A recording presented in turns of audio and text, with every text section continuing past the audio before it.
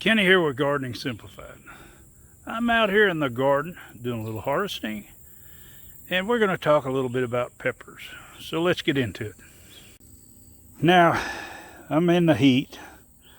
In summertime is when peppers start to produce a lot of your hot peppers. And we're sitting here where we're picking some jalapenos. And I want to talk about how to tell if a jalapeno is going to be really hot. Now there's different varieties that's a little milder than others, but don't start thinking because you're picking one little that it's not going to be hot as one that's bigger.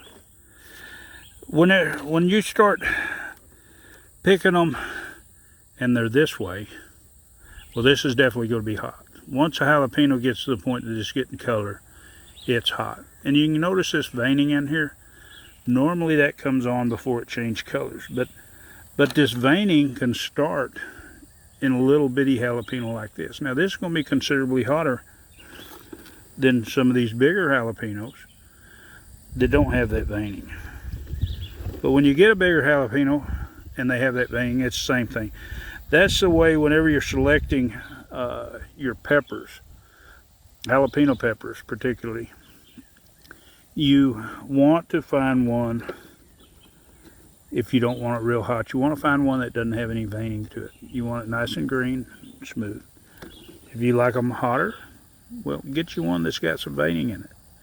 And if you really like them hot, get you a red one, because this is going to be at the top of the scale, because there's such a variety in the heat of a jalapeno that you go from like 2,500 to 8,000. And this here, I'm betting, is close to 8,000 on the heat range. So anyway, I hope this little tip is helpful for you. If you want to see more of my videos, well, just hit that subscribe button, hit the bell so you'll be notified, and give it a big thumbs up and share this. It really helps my channel. Happy gardening.